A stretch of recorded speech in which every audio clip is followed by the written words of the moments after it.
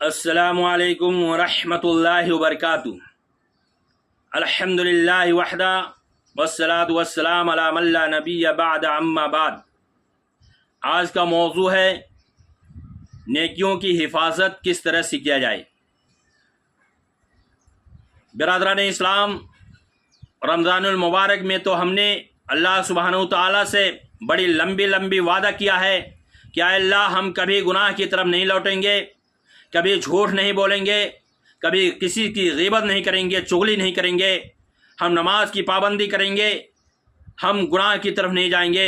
لیکن جو ہی رمضان المبارک کا مہینہ گزرتا ہے ہم اس وعدے پر قائم نہیں رہتے ہیں، ہم اللہ تعالیٰ سے جو وعدہ ہم نے کیا ہے اس کو توڑ دیتے ہیں۔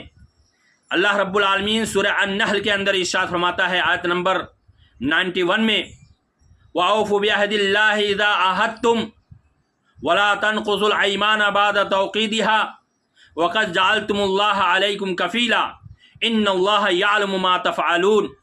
اللہ رب العالمین نے فرمایا، اور جب اللہ سے تم عہد و پیمان کرو تو اسے پورا کرو، اور قسموں کو پختہ کر لینے کے بعد نہ توڑو۔ حالانکہ تم نے اس پر اللہ کو گواہ بنایا تھا، بے شک اللہ تعالیٰ تمہارے سب افعال کو خوب جاننے والا ہے اور جانتا ہے۔ یاد رکھو، نیکیوں کے بعد برائیوں کا ارتکاب کرنا اور سچے دل سے توبہ نہ کرنا اپنی نیکیوں کو اپنے ہاتھوں خود ضائع کرنے کے مترادف ہے۔ اور ظاہر ہے کہ وہ شخص عقل مند نہیں جو اپنی محنت پر خود ہی پانی پھیر دے اور اپنی جد و جہد کو خود ہی خاک میں ملا دے۔ اور اللہ رب العالمین نے سورہ نحل کے اندر ارشاد فرماتا ہے آیت نمبر 92 میں کہ وَلَا تَكُونُوا كَالَّتِي نَقَضَتْ غَزْلَهَا مِن بَعْدِ قُوَّةٍ أَنْكَاثًا، کہ اور تم اس عورت کی طرح نہ ہو جاؤ جس نے اپنا دھاگا مضبوط کاٹنے کے بعد ریزہ کر ڈالا۔ یعنی ایک عورت دن رات محنت کر کے ایک دھاگا تیار کرے اور پھر خود ہی اسے اپنے ہاتھوں سے ٹکڑے کر کے ضائع و برباد کر دے تو اسے کون عقل مند کہے گا؟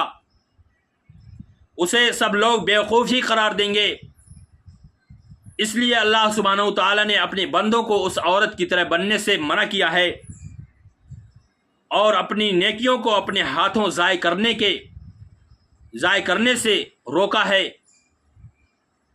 اللہ تعالیٰ سے دعا ہے کہ اللہ رب العالمین ہم تمام لوگوں کو تمام برائیوں سے بچنے کی توفیق عطا فرمائے اور ہمیں اللہ تعالیٰ کی عبادت کرنے کی توفیق عطا فرمائے۔